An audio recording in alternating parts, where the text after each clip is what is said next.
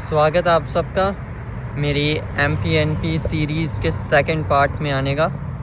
और इस वीडियो में मैं आपको बताना चाहूँगा कि कैसे मैनीटोबा PNP के लिए आप अपने पॉइंट्स कैलकुलेट कर सकते हो। पॉइंट कैलकुलेटर कहाँ पे मिलेगा, कैसे मिलेगा, वहाँ से आप कैसे पॉइंट्स कलेक्ट कर सकते हो, कैसे आप अपना टोटल लगा सकते हो, और कहाँ पे जाके आप ड्रॉ देख सकते हो और चेक कर सकते हो कि आपका ड्रॉ में इनविटेशन आया है कि नहीं आया। वो सारी चीज़ें आज की इस वीडियो में आपको पता चलेंगी। और क्यों दूसरी प्रोविंस से आने पर मैनीटोबा गवर्नमेंट रिस्ट्रिक्ट करती है और पॉइंट्स आपके डिडक्ट भी करती है। अगर आप दूसरी किसी प्रोविंस से स्टडी करके आते हो तो आपके 100 पॉइंट्स डिडक्ट होते हैं, प्लस अगर आप वहाँ पे काम करके आते हो तो 100 पॉइंट्स आपके काम करने के भी डिडक्ट होते हैं, तो -200 पॉइंट्स आपके वहाँ पे कटेंगे। ऐसे कुछ और फैक्ट्स मैं आपको आज इस वीडियो में बताने जाऊँगा, तो बने रहिए इस वीडियो पे। अब मैं आपको लेकर चलता हूँ अपनी कंप्यूटर स्क्रीन की तरफ, जहाँ पे आपको दिखाऊंगा कि किस तरह से मैनीटोबा का हम पॉइंट कैलकुलेट कर सकते हैं PNP के लिए। ये है Manitoba expression of interest ranking points grid. इसके अंदर हम अपने पॉइंट्स कैलकुलेट कर सकते हैं कि हमारे कितने पॉइंट्स बन रहे हैं, और फिर ड्रॉ में उतने पॉइंट्स या उससे कम पॉइंट का अगर ड्रॉ आता है तो हमें इनविटेशन मिल जाती है PNP लगाने के लिए। तो अब हम यहाँ पे पॉइंट्स कैसे कैलकुलेट करेंगे, और ये ग्रिड आपको कहाँ पे मिलेगा। सिंपली हम एक गूगल पे जाके डाल सकते हैं MPNP point calculator out of 1000। एक आउट ऑफ 60 पॉइंट कैलकुलेटर भी आता है, वो जस्ट एलिजिबिलिटी चेक करने के लिए आता है। एलिजिबिलिटी के लिए आप मेरी पिछली एक वीडियो देख सकते हैं जो कि MPNP सीरीज़ का पार्ट 1 है। उसमें आपको एलिजिबिलिटी के जो भी डाउट्स हैं वो क्लियर हो जाएंगे। जब हम इस पर क्लिक करेंगे तो assessment factor ranking point maximum overall points, इसको हम ओपन करेंगे तो ये वाला ग्रिड जो है जो मैंने खोला हुआ था वो आपके सामने आ जाएगा। अब पॉइंट्स हमें किस किस बेस पे मिलते हैं। पॉइंट्स हमें मिलेंगे लैंग्वेज प्रोफिशिएंसी के लिए, एज के लिए, वर्क एक्सपीरियंस के लिए, एजुकेशन के लिए और अडेप्टेबिलिटी के लिए। लास्ट में आता है रिस्क फैक्टर। रिस्क फैक्टर में हमें पॉइंट्स मिलते नहीं हैं, हमारे पॉइंट्स कटते हैं कि अगर हम कहीं और काम कर रहे हैं या फिर कहीं और हम स्टडी किसी और प्रोविंस में अगर गए हैं तो उसके हमें पॉइंट्स कटेंगे। पहले आ जाते हैं हम लैंग्वेज प्रोफिशिएंसी के ऊपर। इसके लिए हम साइड में मैं अपना कैलकुलेटर खोल लेता हूँ ताकि आपको एक क्लियर आइडिया लगता रहे कि हम कैलकुलेट कैसे कर रहे हैं पॉइंट्स। अगर आपका CLB लेवल 8 या उससे हायर है तो आपको 25 पॉइंट्स पर बैंड के हिसाब से मिलेंगे। तो हमारे 4 मॉड्यूल होते हैं IELTS में, तो 25 × 4 हमें 100 पॉइंट्स मिल जाएंगे। और लोएस्ट हमें मिलते हैं CLB लेवल 4 पे 12 पॉइंट्स पर बैंड।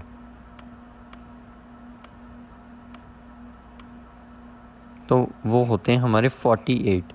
तो सिर्फ लैंग्वेज अगर हमारा CLB लेवल 4 है तो हमें 48 मिल रहे हैं, और CLB लेवल 8 पे हमें मिल रहे हैं 100 पॉइंट्स, जो कि 52 पॉइंट्स का डिफरेंस है। एक बहुत ही मेजर डिफरेंस सिर्फ लैंग्वेज प्रोफिशिएंसी के ऊपर हमें मिलता है। और अगर आपको फ्रेंच लैंग्वेज आती है तो आपको एडिशनल 25 पॉइंट्स मिलेंगे।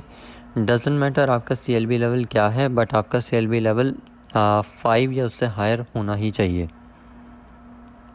नेक्स्ट पॉइंट आ जाता है एज का। एज के लिए हमें 18, 19, 20 यहाँ तक इंक्रीज़ होता है 10 पॉइंट्स, लेकिन 20 के बाद एक मेजर इंक्रीज़ आ रहा है 35 पॉइंट्स का। और ज़्यादातर जो लोग PNP अप्लाई करते हैं वो इसी एज ग्रुप के लोग होते हैं जो कि हैं 21 से 45 के बीच में। और ये मैक्सिमम पॉइंट्स हमें इस टाइम पे मिलते हैं 75 पॉइंट्स। उसके बाद सीधा ही 35 पॉइंट्स का जो एक हमारे पास ऑप्शन आया था वो सीधा 35 पॉइंट्स माइनस हो जाएंगे 46 की एज पे पहुंचते ही। वापस हम 40 से 75 और 75 से 40 पे आ जाएंगे, और उसके बाद 50 ईयर्स और उससे ओल्डर को एज का कोई पॉइंट नहीं मिलता। वर्क एक्सपीरियंस में हमें 1 साल काम करेंगे तो 40 पॉइंट्स मिलेंगे। 1 साल से कम काम किया कोई भी काउंट नहीं होएगा। प्रॉपर 1 ईयर एक्सपीरियंस होना चाहिए हमारे पास, और मैक्सिमम 4 साल के एक्सपीरियंस के बाद हमें 75 पॉइंट्स मिलते हैं। और अगर आपके पास कोई ट्रेड वर्क है और उसका ट्रेड का एक्सपीरियंस के साथ साथ आपके पास एक लाइसेंस है, प्रोविंशियल लाइसेंस पे आप काम कर रहे हो, तो उसके 100 पॉइंट्स मिलते हैं, क्योंकि प्रोविंशियल लाइसेंस लेना काफ़ी मुश्किल काम होता है, तो उसके एडिशनल 25 पॉइंट्स आपको मिल रहे हैं।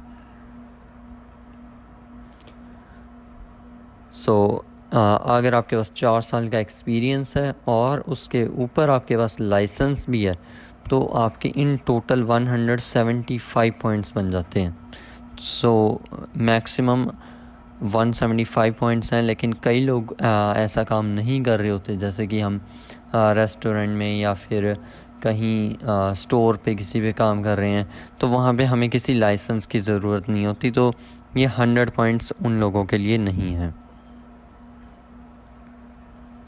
फिर आ जाते हैं एजुकेशन हमारी, जितना हम ज़्यादा पढ़े लिखे होंगे हमें उतने ज़्यादा पॉइंट मिलेंगे। मैक्सिमम मास्टर डिग्री के 125 पॉइंट्स मिलते हैं। और दूसरी तरफ पोस्ट सेकेंडरी एजुकेशन, अगर हमने कोई 2 ईयर प्रोग्राम डिप्लोमा किए हुए हैं या फिर डिग्री डिप्लोमा किया हुआ है, तो उसके 115 पॉइंट्स हैं।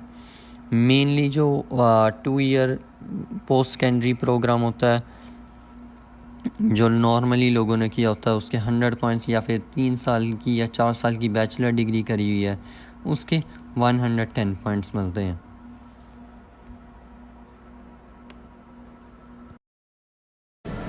अब मैं अगले फैक्टर पे आता हूँ, जिसका नाम है अडेप्टेबिलिटी में पहला जो आपके पास कनेक्शन आता है वो आता है क्लोज रिलेटिव का। अगर आपका कोई भी रिलेटिव यहाँ पे रहता है, कोई क्लोज रिलेटिव है, कोई आपके mother, father, sibling, grandfather, grandmother, तो उनके आपको 200 पॉइंट्स मिलते हैं।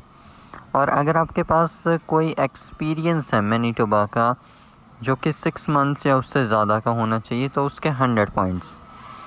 जबकि आपने अगर कोई स्टडी कंप्लीट करी है यहाँ पे, तो उसके आपको 100 पॉइंट्स और एक्स्ट्रा मिलेंगे। और आपको अगर जस्ट 1 ईयर की स्टडी कंप्लीट करी है तो 50 पॉइंट्स मिलेंगे। और आपका कोई बहुत ही क्लोज़ फ्रेंड, आपको शो करना पड़ेगा कि वो किस तरह से क्लोज़ है, तो उसके 50 पॉइंट्स मिलेंगे। और अगर आपके पास कोई ऑन गोइंग एम्प्लॉयमेंट चल रही है, तो उसको आप कंफ्यूज मत होइए अपने प्रीवियस वर्क एक्सपीरियंस से। प्रीवियस वर्क एक्सपीरियंस में आपको 100 पॉइंट्स मिलेंगे, लेकिन अगर आपके पास 6 मंथ से ज़्यादा एक जॉब पे काम करते हो गए हैं और आप स्टिल उस जॉब पे काम कर रहे हैं, और आपका एम्प्लॉयर आपको एक long term job offer letter offer करता है, तो उसके आपको 500 पॉइंट्स एक्स्ट्रा मिलते हैं। और एक आता है स्ट्रेटेजिक इनिशिएटिव। ये कुछ स्पेशल जॉब्स होती हैं जो मैनीटोबा गवर्नमेंट आए साल निकालती है। अगर आप उन जॉब में से कोई एक जॉब कर रहे हो और आपके पास एक प्रॉपर जॉब लेटर है अपने एम्प्लॉयर से, तो उसके भी आपको 500 पॉइंट्स मिलते हैं। लास्ट में आ जाता है, अगर आप मैनीटोबा में ही किसी और जगह पर रह रहे हो एक्सेप्ट विनिपेग, जो कि यहाँ का एक मशहूर और कैपिटल सिटी है, तो आपको 50 पॉइंट्स उसके भी मिलेंगे। तो रीजनल डेवलपमेंट के लिए वो 50 पॉइंट्स ऑफ़र करते हैं। ताकि लास्ट में आ जाता है हमारा रिस्क असेसमेंट फैक्टर।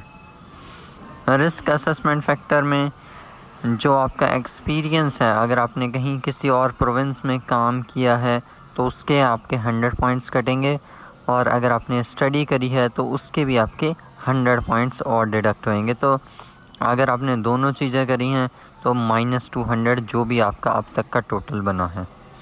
और इस तरह से हम अपने कैलकुलेट कर सकते हैं points of Manitoba PNP.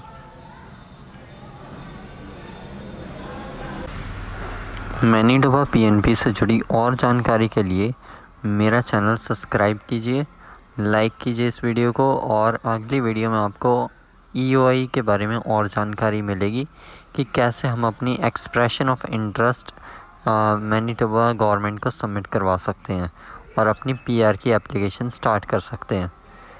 Thank you for watching.